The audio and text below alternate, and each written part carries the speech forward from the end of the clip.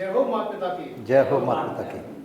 मेरा एक बहुत साधारण सा प्रश्न है। जैसे आज हम देखते हैं कि पूरे समाज में जब कोई किसी जगह पे अनहोनी होती है या कोई ऐसी घटना हो रही है या कुछ ऐसा हो गया जो गलत है, हमारे ऐसे लोग जो विचार तो अच्छे रखते हैं लेकिन जहाँ पर उस समय जरूरत है वहाँ पे वो नहीं दिखाते। जैसे मान लीजिए किसी के साथ गलत हो रहा है ठीक रास्ते समझ में, गया मैं। तो वो उसकी वीडियो बना रहे हैं जबकि उसका रोक सकते थे उसको। तो इसको कैसे हम लोग कैसे change करें, ठीक करें। उससे पहले बताओ, बच्चों का प्रश्न कोई दिमाग में आपके हो तो? नहीं, आपने कहा था बच्चे ये पूछते पूछते थे कि पापा भगवान कौन है। भगवान आप कौन है। पूजा करते, मम्मी पूजा करते, भगवान को मिले नहीं। तो ये अजीब से सवाल है कि वो जवाब थोड़ा मुश्किल सा। ये बहुत सुंदर प्रश्न है। कौन सा बच्चा पूछता बताओ? ये दोनों बच्चे मेरे। हाँ बेटा, क्या पूछना बताओ का पूछो। पूछ बेटा।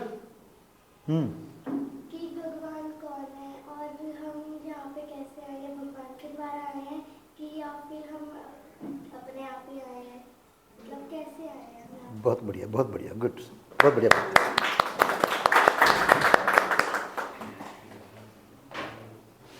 ये प्रश्न जो है हर व्यक्ति के मन में कभी न कभी उठता होगा कि भगवान हैं या नहीं हैं, भगवान हैं या नहीं हैं। और इस प्रश्न को हमेशा ही अपने आप से विचार करते रहना चाहिए। इस प्रश्न का उत्तर आपका विश्वास ही दे पाएगा।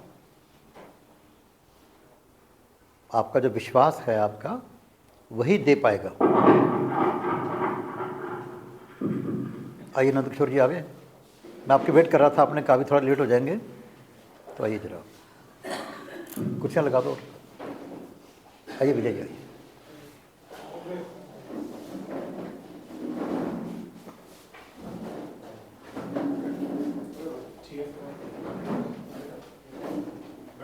बैठे बैठे कुर्सियाँ बहुत हैं, ऊपर से कुर्सी और मंगवा लो। ठीक है, ठीक है।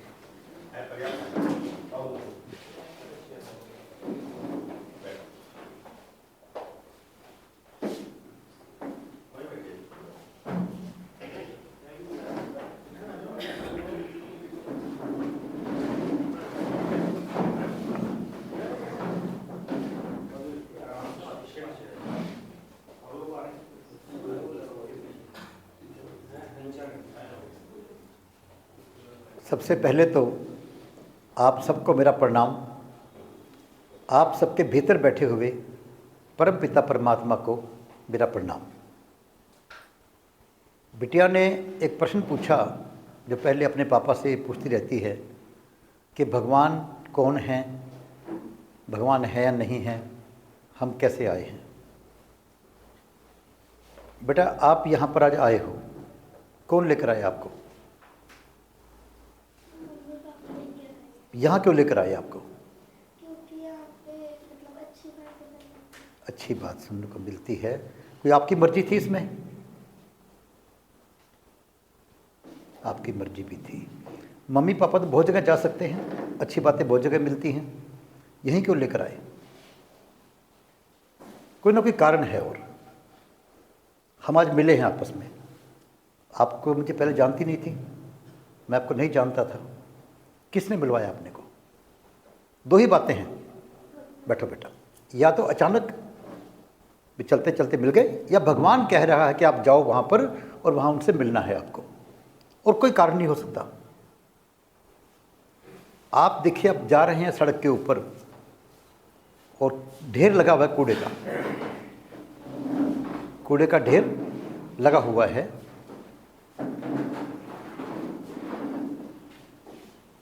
तो आप ये सोच सकते हैं भी किसी ने कूड़ा डाल दिया होगा या उड़ के आ गया होगा। लेकिन यदि एक मकान बना हुआ है तो क्या अपना बन जाएगा? मकान बना हुआ है ढंग से, ईंट मान लो चिनी हुई है, एक के ऊपर एक रखी हुई है ढंग से, तो किसी ने लगाई होंगी या अपने आप लग गई होंगी? किसी ने लगाई होंगी या अपने आप लग गई होंगी? किसी ने लगाई होंगी। जब भी कोई चीज़ सिस्टमैटिक रूप में है,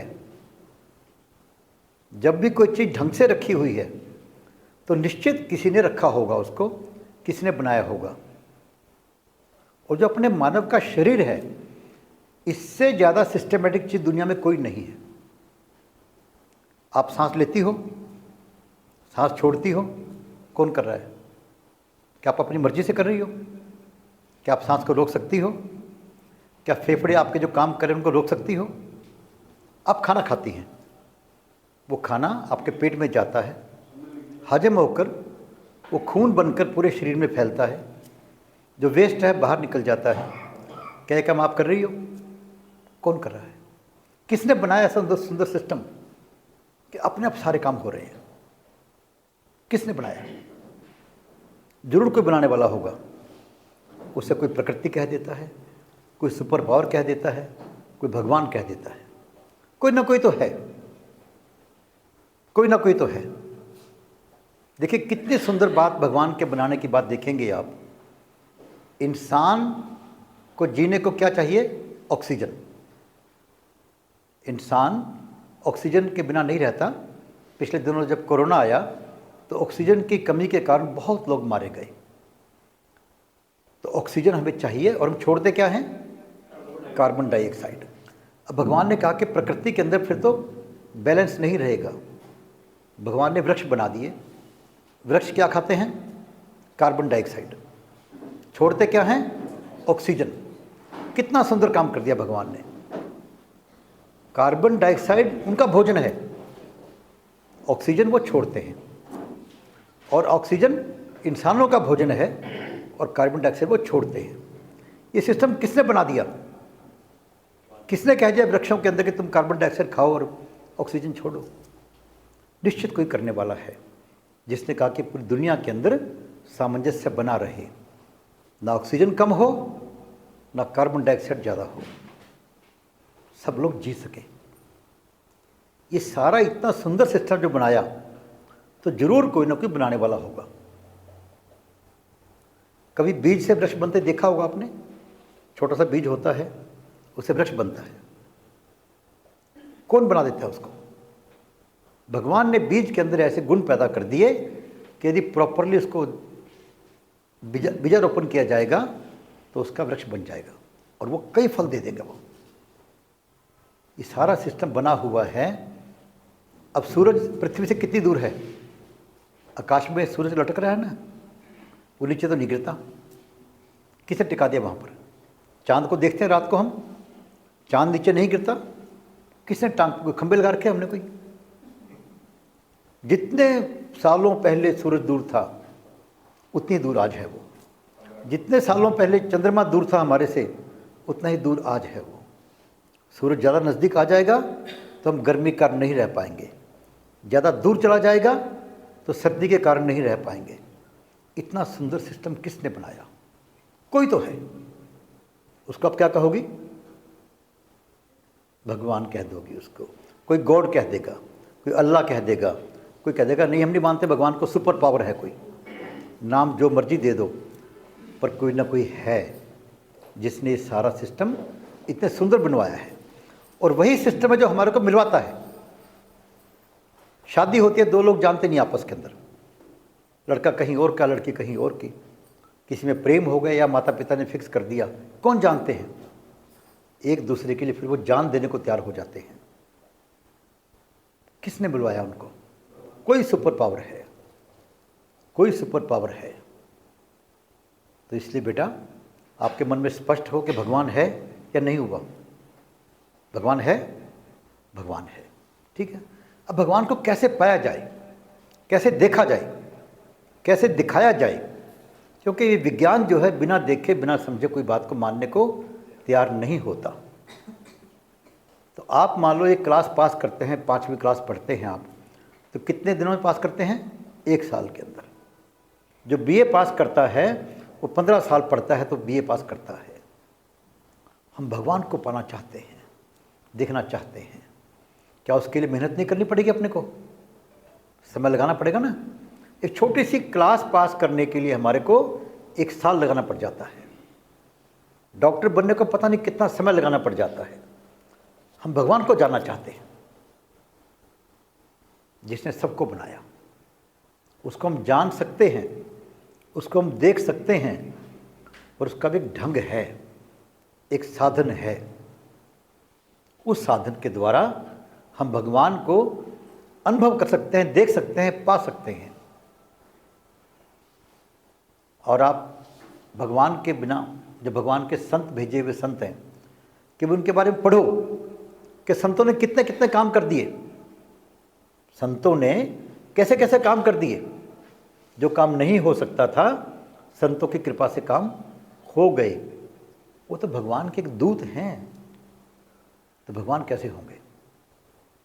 तो हर काम के लिए, सीखने के लिए आपको साइकिल सीखनी है तो भी कोई सिखाने वाला चाहिए। आपको कार सीखनी है, हेलीकॉप्टर चलाना सीखना है, या पढ़ना सीखना है। अभी एक मेरठ के अंदर कल अखबार की खबर थी कि एक व्यक्ति ने गूगल के ऊपर देखकर अपना ऑपरेशन करना शुरू कर दिया, बिना गुरु के। कहते भी डॉक्टर ने पहले ऑपरेशन किया तो आराम नहीं मिला, वो अपनी ले आया स्लाइड, गूगल पे देखता रहा, अपने इंजेक्शन लगाया पेट को सुन्न करने का, चाकू से पेट को काटा और फिर पेट के टाँके लगा दिए। जब खून बंद नहीं हुआ तो घबरा के उसने अपने माता पिता को, बहन भाई को बताया, वो उसको हॉस्पिटल में ले गए। बिना गुरु के, बिना जानकार के हम करेंगे तो छोटा सा काम नहीं कर सकते हम लोग। तो भगवान को पाने के लिए भी किसी गुरु को तलाशना होगा, किसी संत के चरणों में जाना होगा और मेहनत करनी होगी, मेहनत करनी होगी। अब भगवान है कहाँ पर, ढूंढना हो भगवान को तो भगवान है कहाँ पर। एक बड़ा सभी ग्रंथों में लिखा है कि कण कण में है भगवान, कण कण में है भगवान। उस कण में हमारा शरीर भी आ गया। हम बाहर पहाड़ों पे जाकर देखने का मुश्किल हो सकता है, पर अपने शरीर के अंदर तो देख ही सकते हैं हम लोग। अपने शरीर के अंदर तो हम जा ही सकते हैं कि शरीर के अंदर कैसे जाए। उसका भी सिस्टम है एक, उसका भी सिस्टम है एक, वहाँ तक कैसे पहुँचें। जैसे कबीर जी ने लिखा, ये कुआं है और उसके एक सीढ़ी दे रखी है, रस्सी दे रखी है। तो उसका हम क्रम देखेंगे कि भगवान कहाँ बैठे हैं। भगवान का एक नाम है परम आत्मा, परमात्मा। और हमारे शरीर के अंदर क्या है, आत्मा। जैसे बिजली का बल्ब है तो बल्ब के अंदर रोशनी भी है और बल्ब भी है, तभी ये बिजली काम कर रही है। और उस रोशनी का कोई वजन नहीं है, उसका कोई स्वरूप नहीं है। ये पंखे में आके हवा देनी शुरू कर देगी, बल्ब में आकर रोशनी देनी शुरू कर देगी और एटम बम पे आकर विनाश करना शुरू कर सकती है। एनर्जी का कोई स्वरूप लोग देख नहीं पाए हैं, पर उसके बिना सारे पदार्थ बेकार हैं। ऐसी हमारे अंदर भी आत्मा, और आत्मा के अंदर बैठा है परमात्मा, और छोटा। अब आत्मा कहाँ है। आम तौर पे हम कहते हैं कि 5 तत्वों से शरीर बना है। ये 5 तत्व क्यों कहे गए, जबकि तत्व वास्तविक 8 हैं। क्योंकि 5 तत्व नष्ट होकर अपना स्वरूप बदल लेते हैं, इसलिए 5 तत्वों के बारे में आम तौर पे कहा गया। सबसे स्थूल पृथ्वी तत्व है, पृथ्वी है, जल है। पृथ्वी जल से बनी है और जल बना है अग्नि से। क्योंकि टेम्परेचर 0 से कम होगा तो बर्फ बनेगी, जल नहीं होगा। और अग्नि बनी है वायु से, बिना वायु के अग्नि नहीं हो सकती है। और वायु बनी है आकाश से, बिना आकाश के वायु नहीं हो सकती है।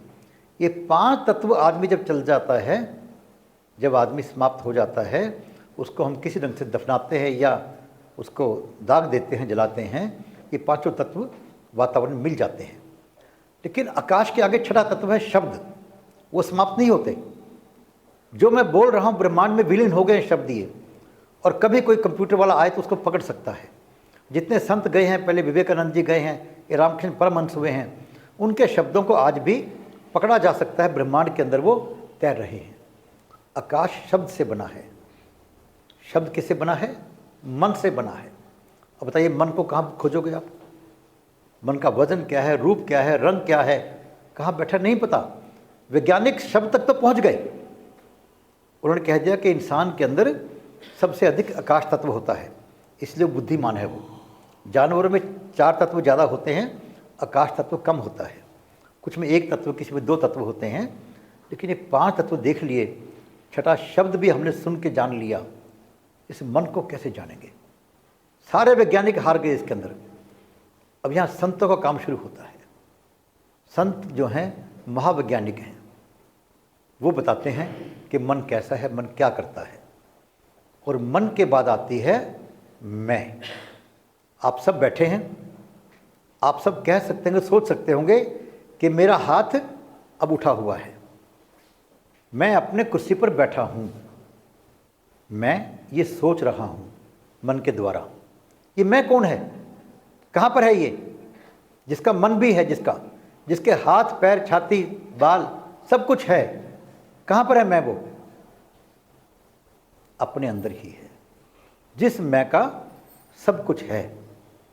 और उस मैं के अंदर बैठी है आत्मा, उस आत्मा के अंदर बैठा है परमात्मा। हर कण के अंदर है, कण कण में है। तो अपने अंदर ही देख लो ना भाई, बजाय बाहर जाने के। जैसे एक बार ऋषियों से भगवान ने पूछा कि भाई मैं कहाँ बैठूं, मुझे तो इंसान छोड़ता ही नहीं है। मैं पहाड़ों पर जाऊं तो पहाड़ों पर आ गया, मैं समुद्र में गया तो समुद्र में आ गया, जंगल में वनस्थल में कहीं नहीं छोड़ता मेरे को, तो मैं कहाँ बैठूं? तो ऋषियों ने कहा कि प्रभु आप इसके अंदर जाके बैठ जाओ। इंसान की फितरत है, वो पूरी दुनिया को देख लेगा, पूरी दुनिया को एनालाइज कर लेगा, गलत कौन है ठीक कौन है। अपने आप को नहीं करेगा कि मैं क्या कर रहा हूँ, मैं कहाँ खड़ा हूँ, क्या मैं ठीक हूँ? आज भी मैं कहीं बात कर रहा था कि ये फलां व्यक्ति ये करे तो मैं क्या करूँ। भाई तो अपने पे विचार कर ले। तुम पहले किसी को गलत या ठीक मानकर विचार करते हो, ये विचार करो क्या मैं ठीक कर रहा हूँ? आपके बस में अपने को ठीक करना ही है, बस में है करो। तो हम दूसरों को ठीक करने की कोशिश में, घर में झगड़े, पति पत्नी के, भाइयों के झगड़े, स्टाफ के आपस में, कुलीग्स के झगड़े, कि हम हमेशा दूसरे को ठीक करने की कोशिश में लगे रहते हैं, जो मेरे बस का ही नहीं है। और जो मेरे बस का है अपने को ठीक करना, उसके लिए हम कोशिश ही नहीं करते। तो भगवान अंदर जाके बैठ गया। अब बाहर ना पहाड़ों पे जाने की ज़रूरत, अंदर जाओगे आपके तो भगवान मिलेगा। अंदर कैसे जाओ? आप देखेंगे कि मन के साथ क्या लगा है? शब्द। ये मन जो है हमारे को भगवान के पास जाने नहीं देता है। मन की नेचर है, वो हमेशा नीचे गिराएगा, गलत कामों में ध्यान देगा, आपका भटकाएगा आपको। तो सबसे पहला कारण है, काम है मन को वश में करना या प्रभु को समर्पण करना। दोनों एक ही बात है, प्रभु को समर्पण करना या मन को वश में करना। लेकिन बीमारी हो तो सेहत बनाने से पहले बीमारी ठीक करनी पड़ती है। यदि बीमारी आदमी को हो और वो जाके जिम में आदमी हेल्थ बनानी शुरू कर दे तो बीमार ज़्यादा हो जाएगा। पहले बीमारी ठीक करनी पड़ती है। तो मन की बीमारी को ठीक कैसे करें? तो आप क्रम में देख रहे हैं कि आकाश के बाद शब्द, शब्द के बाद मन, मन के बाद मैं। मन मैं और शब्द के बीच में फंसा हुआ है। अगर हम मैं को अपने को शब्द से जोड़ लेंगे तो इस मन को वश में कर सकते हैं। सभी ग्रंथों के अंदर सभी ऋषियों ने, संतों ने यही कहा है कि शब्द वो रस्सी है जिसके सहारे पकड़कर आप गहरे कुएं के अंदर जाके प्रभु को पा सकते हो। मैं को शब्द से जोड़ना।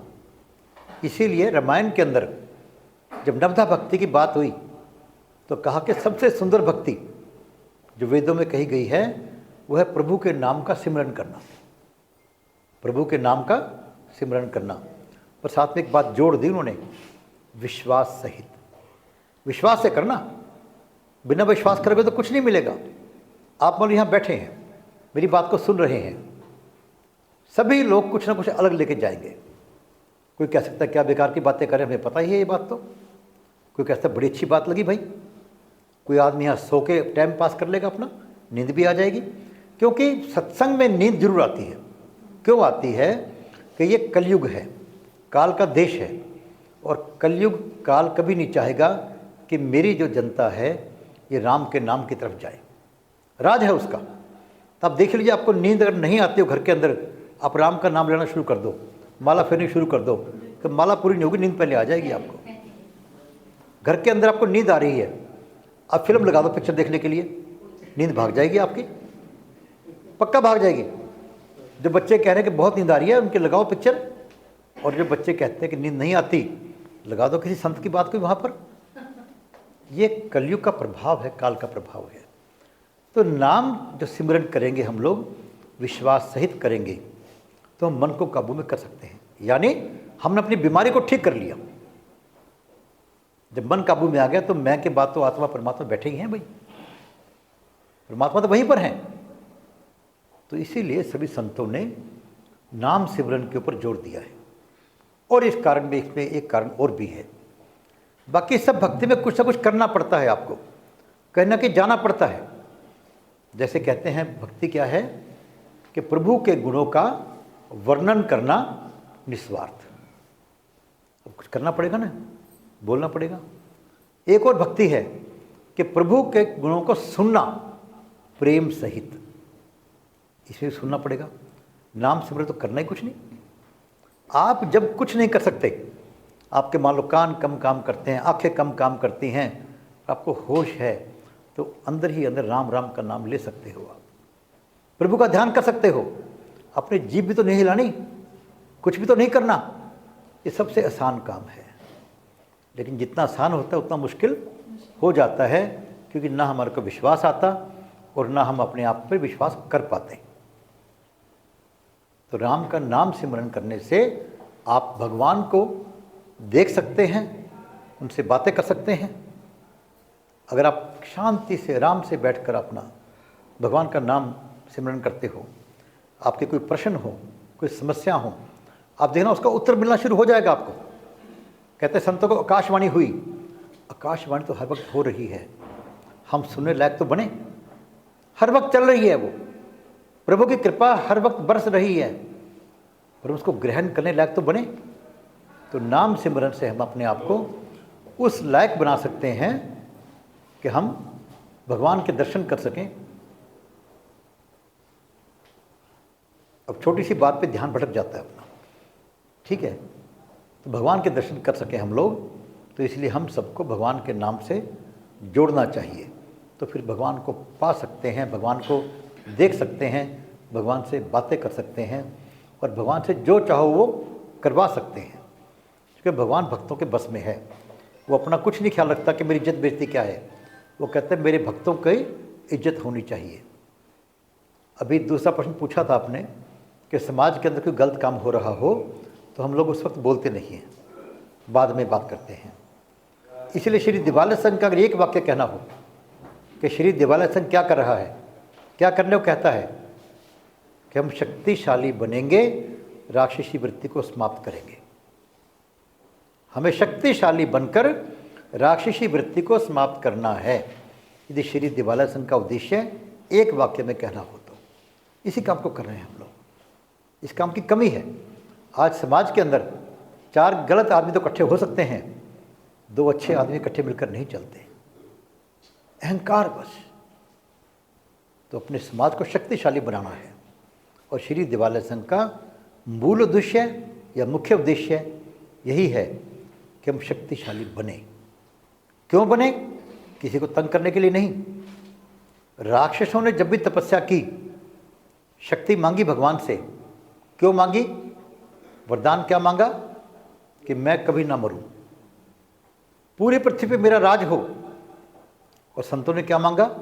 सबका कल्याण हो। हम शक्तिशाली बनना चाहते हैं राक्षसी वृत्ति को समाप्त करने के लिए।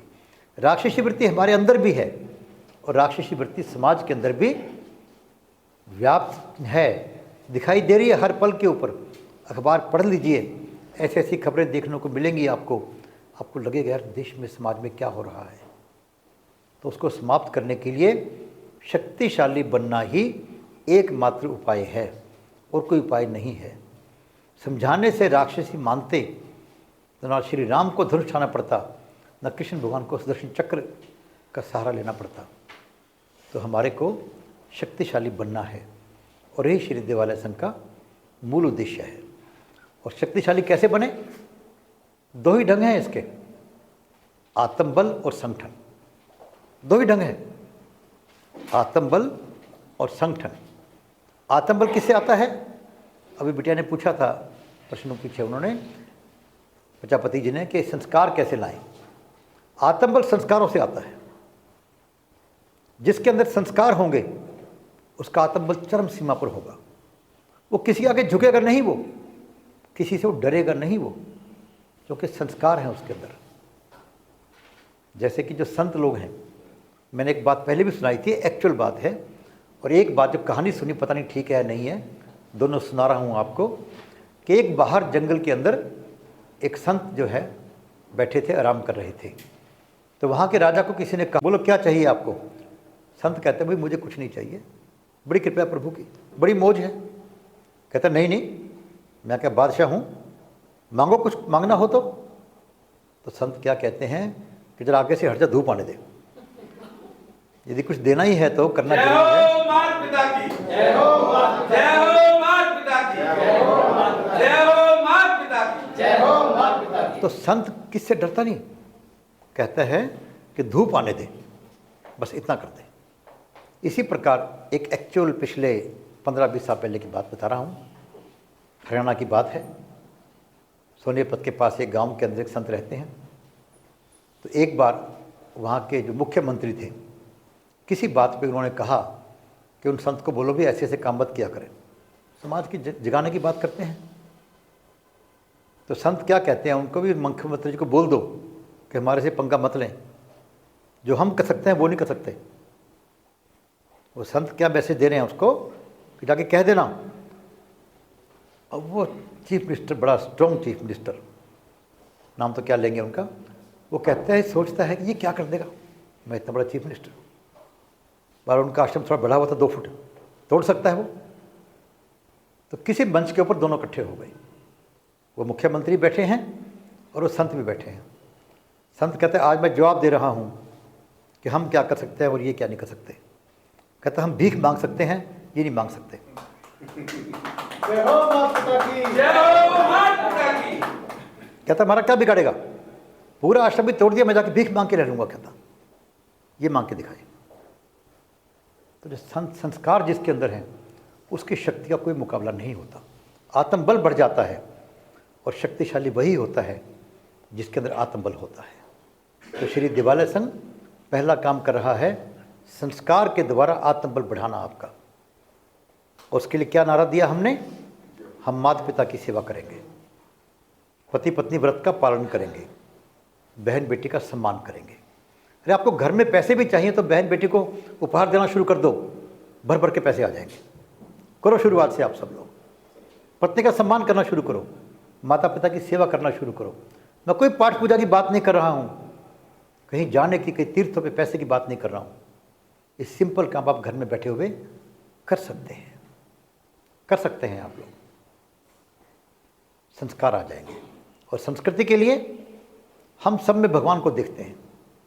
हम मानते हैं कण कण में भगवान है, तो कौन छोटा कौन बड़ा, कौन ऊंचा कौन नीचा। जो भगवान को मानता हो और जो ये मानता और जानता हो कि सबके अंदर भगवान है, वो किसी को छोटा बड़ा नहीं मान सकता।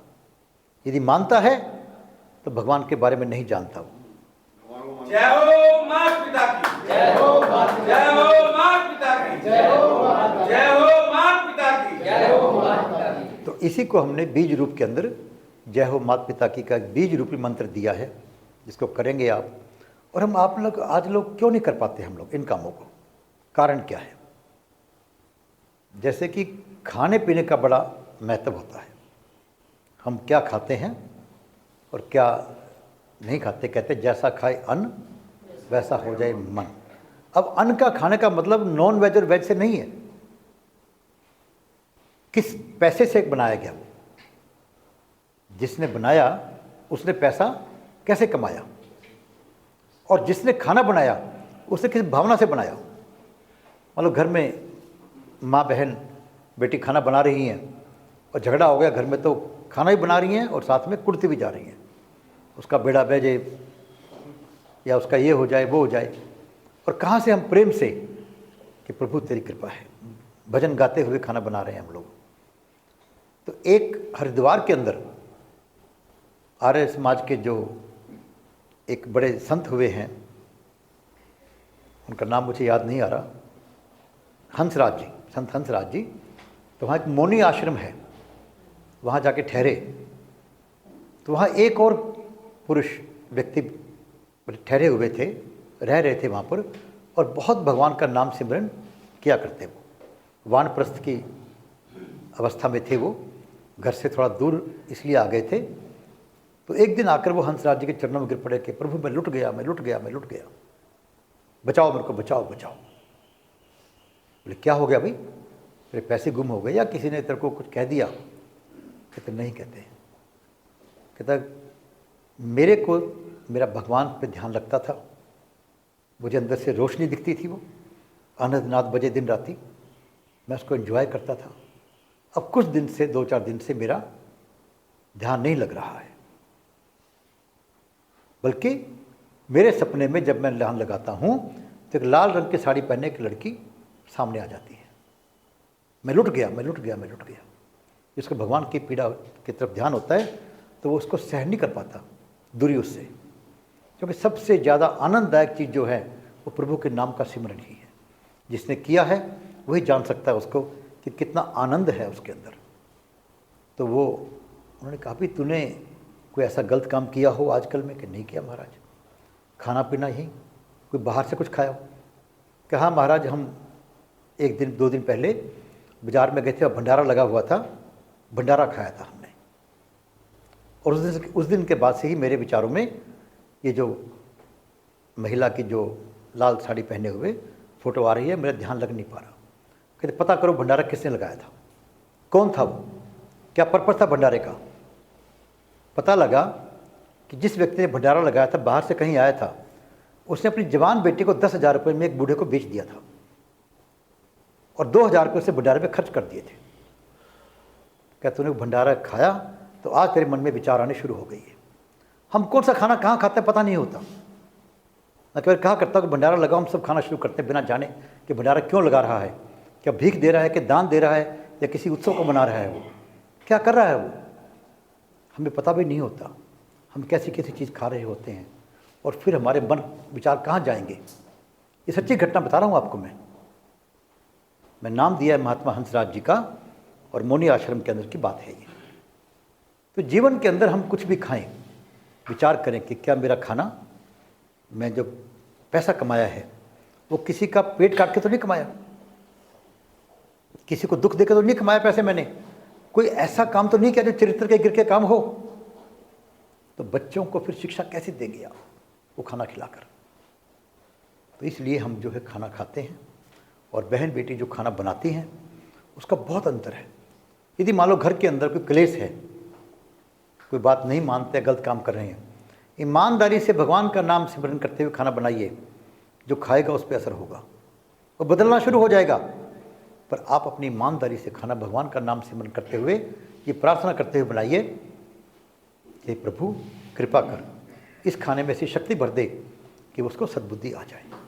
जय हो माता पिता की, जय हो माता पिता जय की, हो माता पिता की, जय हो माता पिता की। तो आज 3 प्रश्न आए थे। बिटिया ने भगवान की बात की थी, और आपने कहा था कि शक्तिशाली कैसे बने हम लोग, और तीसरा प्रश्न था कि संस्कारवान कैसे बने। मैंने अपनी बुद्धि के अनुसार से भगवान ने जो विचार दिए, क्योंकि मैं कोई तैयारी करके नहीं आता हूँ, जैसा भगवान विचार देता है। और आज तक ऐसा नहीं हुआ कि जब भी मैं कोई तैयारी करके आता हूँ वो मैंने कभी कहा हो, कभी सोच के आता हूँ आज ये बात कहूँगा, कि जब बात यहाँ चलती हैं तो वो सब रखी रह जाती हैं। डॉक्टर साहब, आज कुछ माता पिता की हमेशा एक समस्या रहेगी कि वो अपने घर में संपन्न हैं, संस्कार देते हैं अपने बच्चों को, फिर भी उनके बच्चे भटक जाते हैं और वो उस चीज़ के लिए बहुत व्याकुल और परेशान रहते हैं। देखिए, इन्होंने कहा कि माता पिता संस्कार अच्छे देते हैं, बच्चे भटक जाते हैं। पहली बात समझिए, संस्कार शुरू कहाँ से होते हैं? संस्कार शुरू होते हैं गर्भाधान संस्कार से, कि माता पिता जब मिल रहे हैं किस भावना से मिल रहे हैं। फिर गर्भावस्था के अंदर माँ के विचार क्या हैं। हम घर में जब गर्भावस्था महिला होती है तो हमें चाहिए कि हम उसको पूरी तरह से एक ऐसा वातावरण दें जो पवित्र वातावरण हो, पवित्र वातावरण हो। इस पर कोई केयर नहीं करता कि माँ क्या सोच रही है, वो बच्चे के अंदर बैठ जाते हैं, वो बच्चे के अंदर बैठ जाते हैं। तीसरी बात कि जब बड़ा बच्चा होता है, बाहर बच्चा जब देखना शुरू करता है, तो बच्चा वो सीखता है जो देखता है। माता पिता कहते कुछ हैं, करते कुछ हैं। आपको लाखों में से एक माता पिता मिलेंगे जो कहते वो करते भी हों। आमतौर पे मान लो 35-40 साल के माता पिता हैं, बच्चा उनका 5-6 साल का हो गया, उनके माता पिता बुजुर्ग 70-80 साल के हैं, उनका व्यवहार देखो आपस के अंदर। क्या अपने बूढ़े बाप को बोलने देते हैं बीच में वो? क्या बूढ़ी माँ को बोलने देते हैं वो? आमतौर पर कहते हैं आपको क्या पता पापा। ज़्यादा सम्मान देने वाला भी उल्टा नहीं बोलेगा, पर उनको बोलने नहीं देता, कहता मैं काम करता रहा हूँ। जैसे पुरानी एक बात आती है, ये बातें सच होते झूठ हो, पर बहुत शिक्षा देने वाली होती हैं। एक बूढ़ा बाप चारपाई पे लेटा है और घर पे कोई मिलने आता है, तो बेटा पूछता है बेटा से, बेटा कौन आया है ये? बेटे ने कह दिया कि फला व्यक्ति आया है। थोड़ी देर में और आया, फिर कौन आया है? तो बेटा झिला कहता है कि क्यों चुपचाप नहीं पड़े रहते, आपको क्या लेना है? आप लोगों की बात नहीं करनी, काम नहीं करना, कोई आपको क्या मतलब है?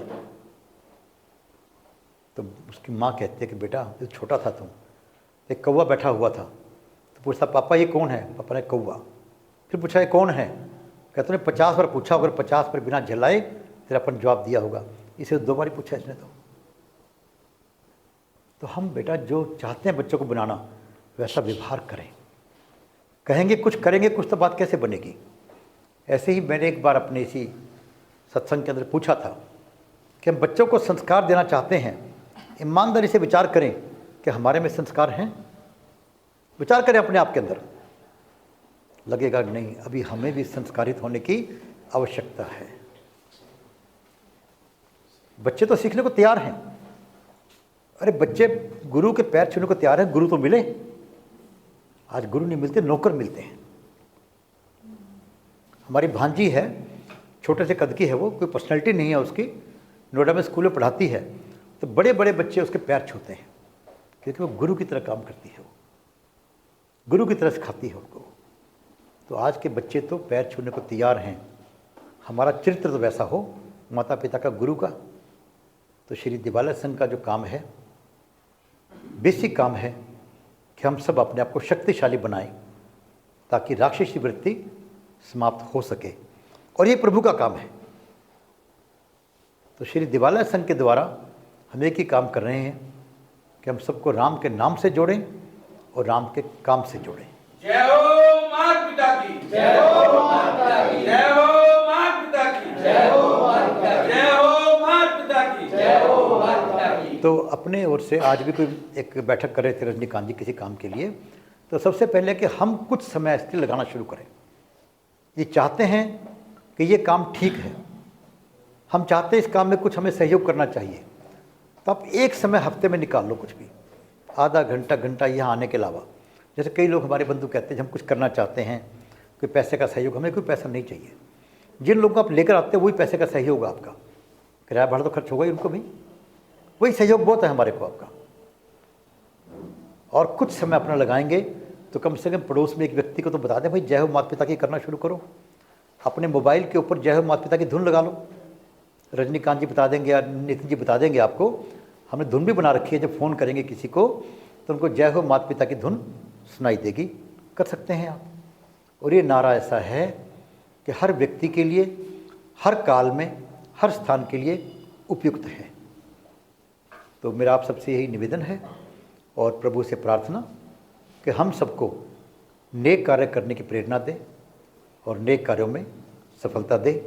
आप सबको प्रणाम, आप सबके भीतर बैठे हुए परमपिता परमात्मा को प्रणाम। जय हो माता पिता की।